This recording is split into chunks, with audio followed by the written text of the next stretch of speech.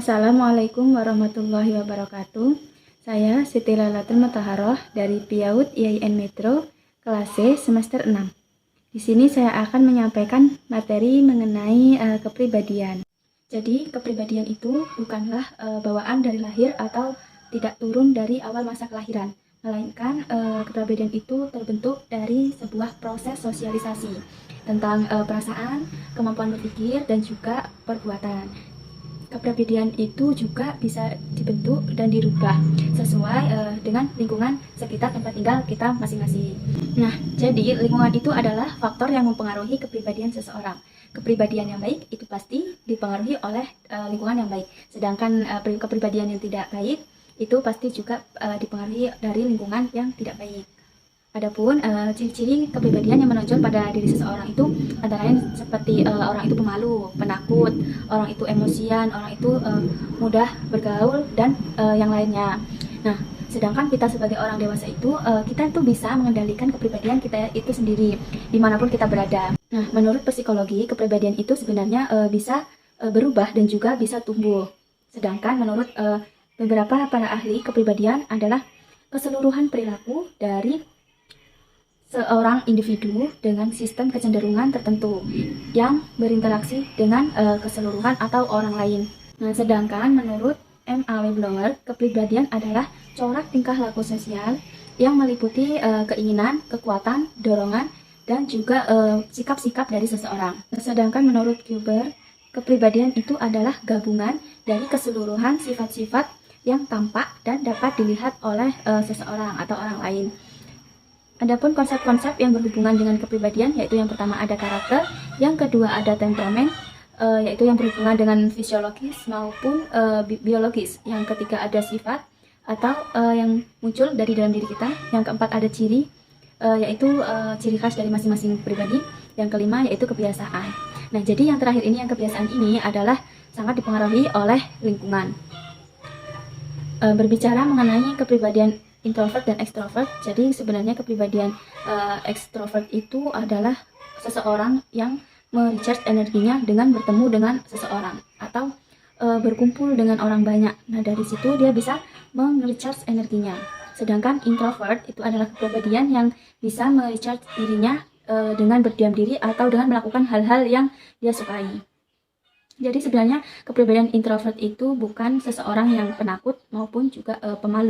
Selanjutnya ada kepribadian yang sehat dan juga kepribadian tidak sehat. Yang pertama yaitu kepribadian yang sehat. Jadi kepribadian yang sehat itu memiliki ciri yang pertama, memiliki kemampuan diri secara realistik. Nah, yaitu bisa menilai sesuatu dengan apa adanya dan juga bisa menilai diri sendiri bagaimana kepribadiannya. Yang kedua, bisa menilai secara realistik atau bisa berpikir secara cepat dan tepat, bahwasanya di dunia ini tidak ada yang sempurna seperti itu. Jadi apapun yang terjadi itu dianggap secara realistik atau secara logika saja seperti itu. Yang ketiga, bisa menilai prestasi secara realistis. Nah, itu misalnya ketika seseorang mendapat prestasi atau juara itu tetap rendah diri dan menghargai orang lain atau menghargai teman-temannya. Yang keempat yaitu bisa bertanggung jawab, yaitu bisa bertanggung jawab atas apa tugas yang diberikan atau amanah yang diberikan. Yang selanjutnya yaitu kemandirian. Nah, kemandirian ini meliputi cara berpikir, cara bertindak, dan cara menyelesaikan masalah itu dia tidak bergantung kepada orang lain. Nah, selanjutnya yaitu kepribadian yang tidak sehat, yaitu yang pertama mudah marah, yang kedua tertekan, stres, yang ketiga itu orang itu kejam atau jahat atau suka mengganggu orang lain. Nah, yang keempat yaitu tidak mampu menghindari sesuatu yang menyimpang atau sesuatu yang salah seperti itu. Selanjutnya itu adalah mudah berbohong. Selanjutnya hiperaktif. Yang ketujuh itu ada bersikap otoritas dan juga suka mengkritik dan mencemooh orang lain. Nah, materi selanjutnya mengenai asesmen kepribadian. Jadi sebenarnya kepribadian ini bisa kita nilai dengan menggunakan beberapa tes kepribadian. Nah, sedangkan tes ini tuh bukan bertujuan untuk benar atau salahnya sebuah kepribadian seseorang. Jadi sebenarnya kepribadian itu tidak ada yang benar dan tidak ada yang salah. Hanya saja tes ini untuk mengetahui seseorang itu pantas atau tidak ditempatkan di suatu tempat yang akan menjadi pekerjaannya, seperti itu. Jadi ada beberapa tes kepribadian, yaitu yang pertama tes kepribadian yang bersifat objektif dan juga subjektif, yaitu sesuai dengan kebutuhan seseorang. Nah, ini tuh bisa kita lakukan sendiri, dimana kita bisa mengetahui diri kita ini pantasnya ditempatkan di mana ya, seperti itu. Dan juga kita itu bisa berkembang jika kita berada di tempat mana, seperti itu. Selanjutnya kita dapat melakukan teknik proyektif, yaitu yang dapat menggali imajinasi individu kita masing-masing. Ada tes psikis Rorschach, yaitu seperti gambar yang bercak-bercak. Yang selanjutnya ada tes melengkapi gambar, yaitu ada gambar cicak, titik, lurus, dan lain-lain. Selanjutnya ada tes TAT, yaitu Thematic Apperception Test, yaitu di mana seseorang itu diminta untuk bercerita dari sebuah gambar yang ditampilkan untuk mengetahui kepribadian seseorang itu seperti apa. Selanjutnya ada tes objektif yang terdiri dari pertanyaan-pertanyaan yang terstruktur dan juga bisa dinilai dengan tes inventory kepribadian atau dengan kuesioner. Nah, tes ini sendiri bertujuan untuk melihat konsistensi seseorang dalam menjawab atau menjawab pertanyaan-pertanyaan yang sudah diberikan. Selanjutnya ada tes Minnesota, yaitu yang terdiri dari pertanyaan-pertanyaan kurang lebih 550 pertanyaan, yaitu yang menyangkut sikap, fisik, dan juga psikologi mengenai benar dan juga salah. Selanjutnya ada tes EPPS atau menjawab pertanyaan yang terdiri dari 225 soal. Nah, ini menjawab pertanyaan ini ada pertanyaan yang memang hampir sama atau bahkan setipe atau sama.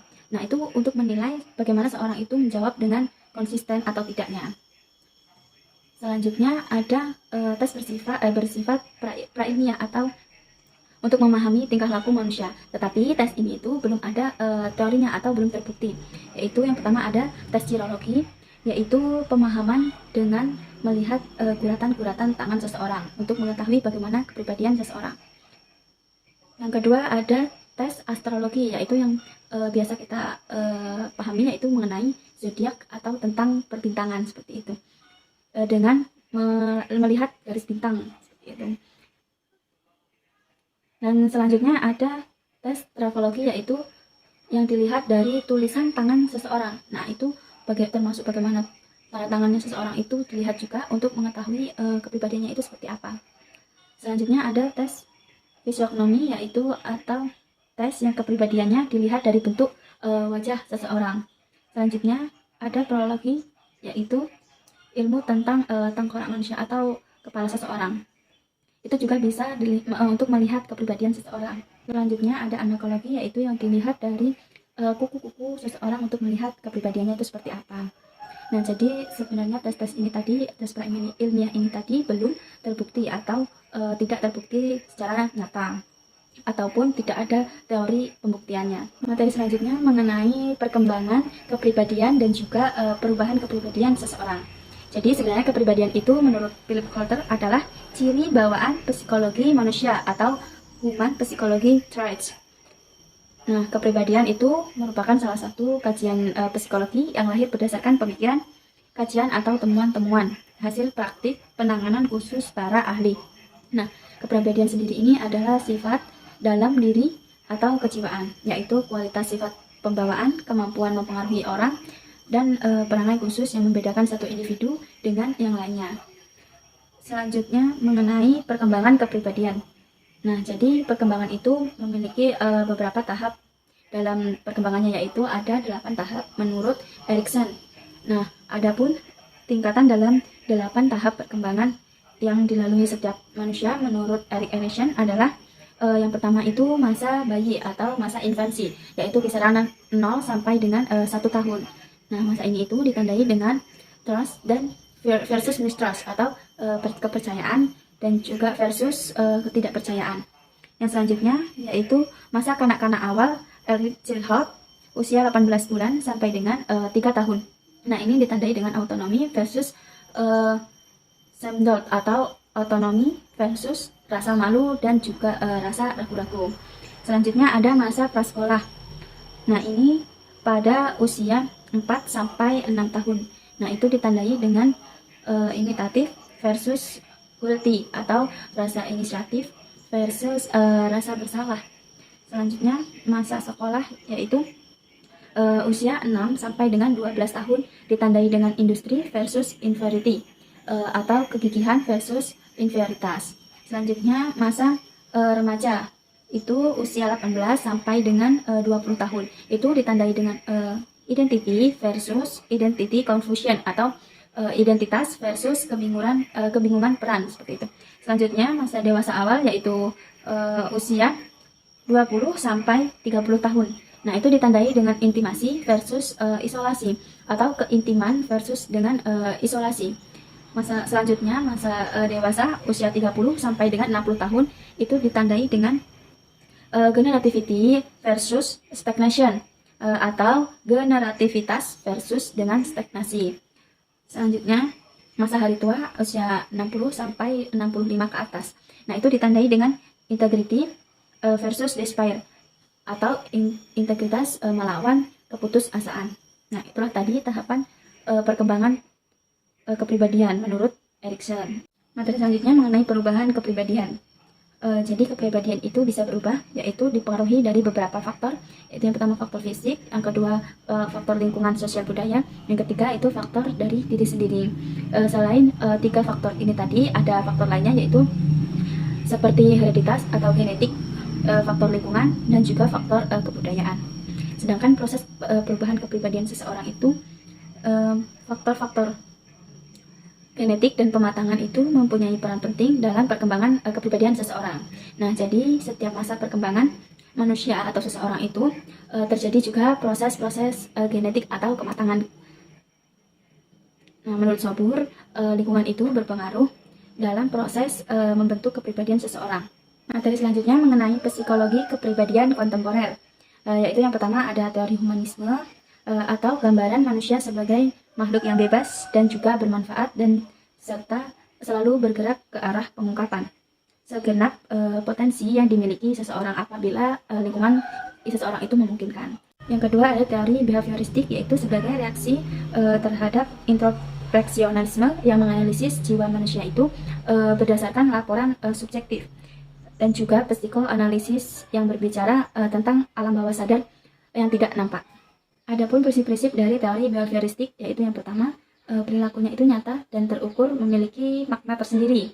Yang kedua, aspek mental dari kesadaran yang tidak memiliki bentuk fisik adalah problem atau masalah. Yang ketiga adalah pengatur utama adalah Watson. Yang keempat, mengikut sertakan faktor-faktor internal tetapi tetap fokus pada over behavior.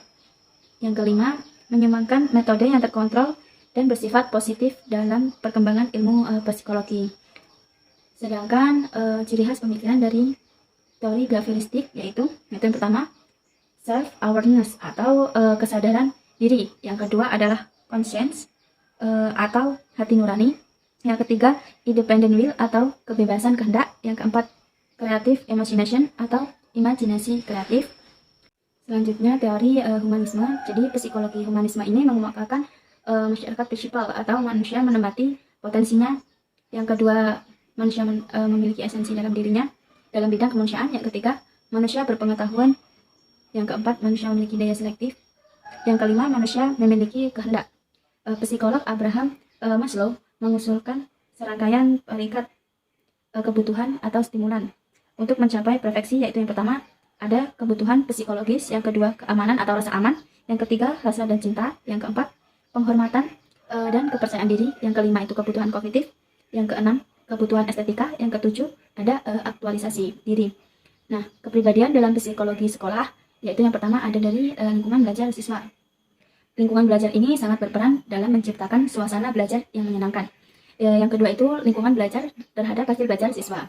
Jadi lingkungan belajar siswa itu berpengaruh terhadap hasil belajar siswa, seperti lingkungan keluarga, lingkungan sekolah, lingkungan masyarakat.